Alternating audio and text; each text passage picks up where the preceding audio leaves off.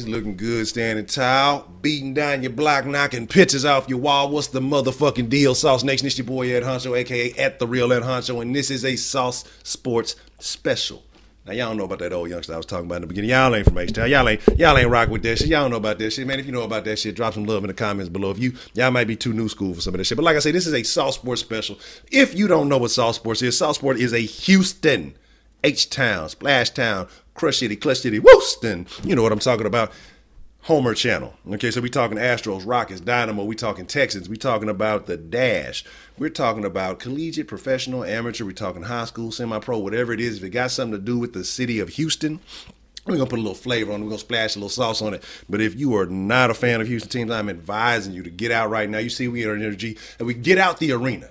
Because we're going to be splashing flavor everywhere. You're not going to like the taste. You might get a little bit on you. But with that being said, let's go ahead and dive right in. We in NRG. We talking Texans today. And today, just want to talk about a few things that was on my mind. You know, I know people are still really excited. Draft was a while ago. You know, you're hearing about OTAs, things that are happening and good things. So I'm going to tell you guys exactly what expectations we should have, well, I have, for this rookie class. Because I'm going to tell you exactly why I don't want to see Deshaun Watson take a single snap this year. And now you're crazy. I know people are like, but we spent so much on him. We spent all that on him. Why wouldn't you do it? You need to win now. You got a small window. That's cool. That's awesome. That's excellent. But I hear those points. I hear that conversation. But here's a couple of things you got to consider, okay? Now, one, new to the NFL, new to the offense, new to all these things, being asked to do a lot of things he's never done in college. Absorbing, taking in a whole lot of information. You wouldn't ask, a professor wouldn't ask a first-year student to teach his class. Now, you may have a teacher's aide teach a class, but that teacher's aide is someone who's been up under that professor for a while, who understands what it is that this professor teaches, what he wants and what he needs. So right now, B.O.B. is the professor, okay? Deshaun Watson is the first-year student. Tom Savage is the teacher's aide. Okay, he's going to be the guy that's handling the business. He's going to be the guy who can teach it, who can execute it. You wouldn't want a first-year student trying to teach a course because they're going to fumble through it. And I don't care if they are an A-plus student. They're still learning, so it's going to make it just as difficult for them to teach it. But if you have somebody who's had experience under this course, and like I say, we're using a general reference, for several years, then they have a firm understanding of it, even though they may not have ever had to sit in front of the class to teach it. But they know it well. And that's Tom Savage. That's your guy. So I'd rather let Deshaun Watson get a year under his belt, never being under pressure, regardless of what some of these articles out there. I'm hearing people saying that he has more pressure on him than any rookie. I mean, it's stupid fucking shit that people say. And I'm not even going to get it. This is my take, my opinions. That I don't want to see the dude touch the field because I want him to get up under that B.O.B. tutelage. I want him to absorb all of that he can. I mean, for a whole year, knowing that, knowing that if he has to, then he will handle business. But hoping that if he doesn't have to, there's no pressure. So that way he can soak all that in. He's not in a rush to try to hurry up and learn it. And then next year, depending on how Savage performs, right now Savage life. So depending on how Savage performs, you may have a QB competition. If Savage was not up to par, you have somebody to take over.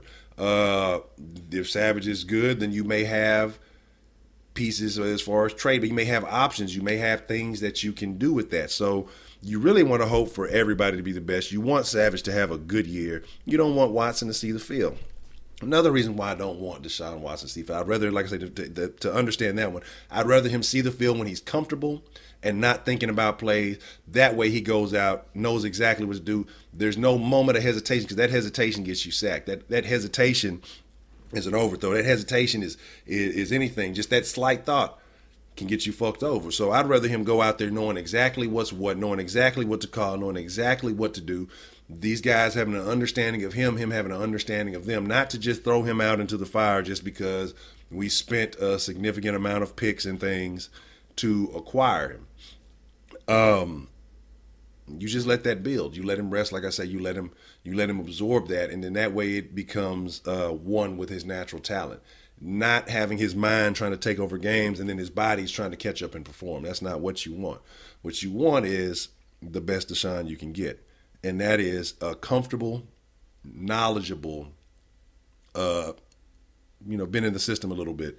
That's what you want from him. Not trying to hopefully recall things under pressure, under fire, games on the line. There's so much bullets are flying.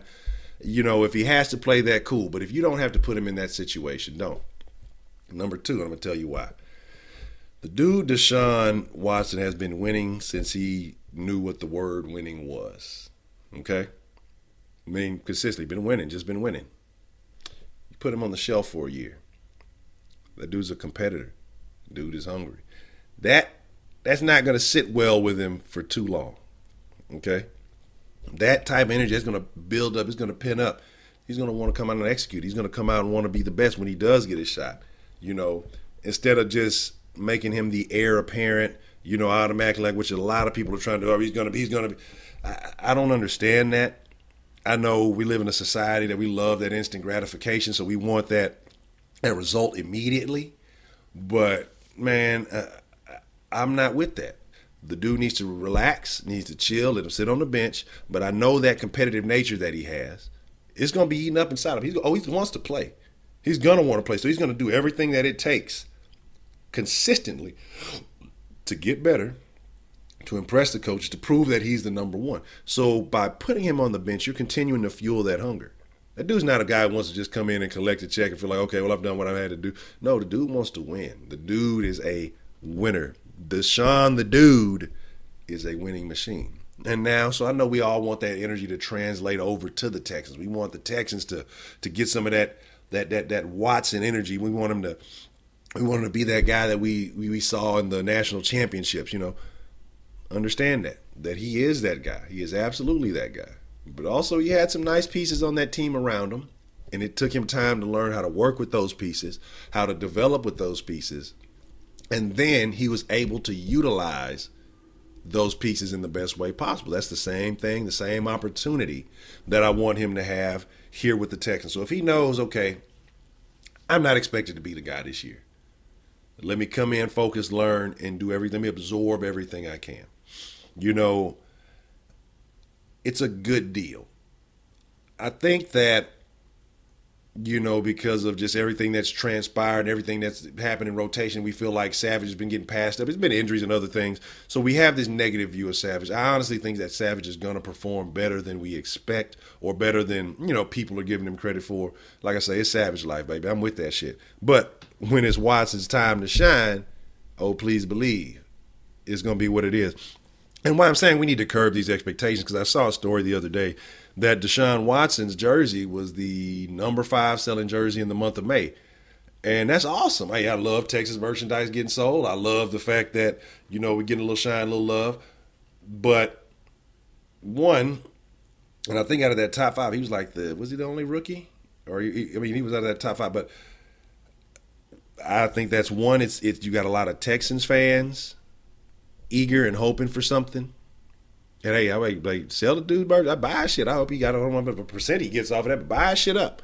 But I think that we as Texans fans are being overly eager. And I'm just telling everybody, just curb your enthusiasm. Just calm down.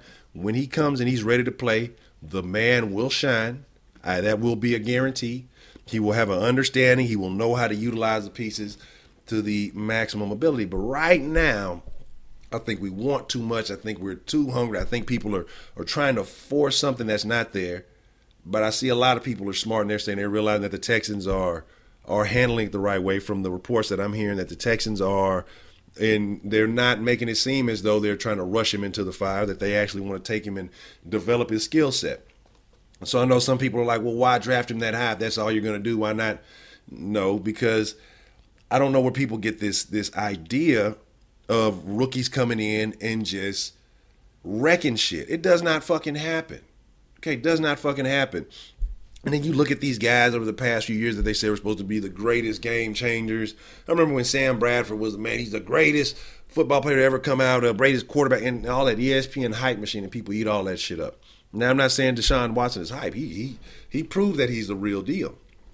But like I say, I'd rather him be able to develop that skill set and be able to combine it, intertwine the skills physically and mentally, not having one trying to overpower the other, not trying to overutilize your physical skill set because you may be lacking or maybe forgetting or something that's involved in the offense or a play or whatever. And then you rely on your physical skill set, or trying to overuse your mental tools and, taking yourself out of a play or taking yourself out of, you can't overuse one of them. You want the perfect balance, and the perfect balance only comes with comfort. So what I'm saying is, just getting on this, and I really talked about Deshaun more than I wanted to, but it kind of went on and on. I'm going to talk about the other guys in another video, maybe do a second of follow, because like I said, we got to keep the sauce short and sweet to get the right flavor.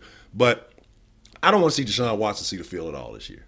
I love the pick, excited about it. You go get the guy, he's got the pedigree, that he's got the tools. I'm cool with Savage being the quarterback. Have absolutely no qualms, no worries about that. And the more you hear coming out of OTAs, he's throwing the ball nice. Like I say, those are things that I mentioned in earlier videos. You have to have the time to get in unison, to get in sync with these guys.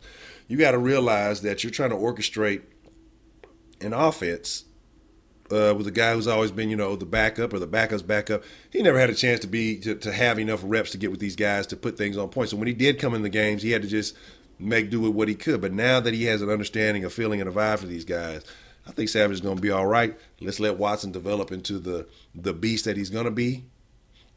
And like with all these other key pieces that are going to come in, like I said, I think it's going to be A-okay. So Texans fans, Sauce Nation, everybody, just calm down. Let's calm down. Let's let the man do his thing. I know everybody is eager and excited. But let's let's be cool with Savage Life. Let's let Savage Life do his thing. Let's have faith in Savage. And have faith that the Texans know what they're doing, and they're bringing Deshaun Watson along at the right pace. But with that being said, I'm up out of here. You know what it is. It's Ed Honcho, so I'm just going to holler at y'all and tell y'all, please subscribe. I appreciate all the love. Like I said, 900 plus and growing on. Trying to make a play for 1K. Definitely grew a lot faster than I anticipated. And I say this to y'all all the time. Sauce Nation, I appreciate each and every single one of y'all. Remember, if you want to get on and do a one-on-one, I'm going to try to get some of those hooked up this week. You can go check the how to do a one-on-one video.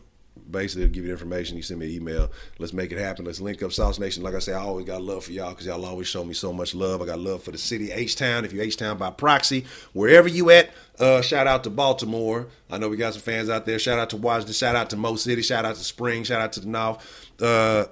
Everybody who's showing love, so shout out to all of y'all. You know what I'm saying? Like I said, Ed Honcho got love for y'all. Y'all show me so much love, man. H-Town, Sauce Nation, deuce up. Y'all be cool. I'm out.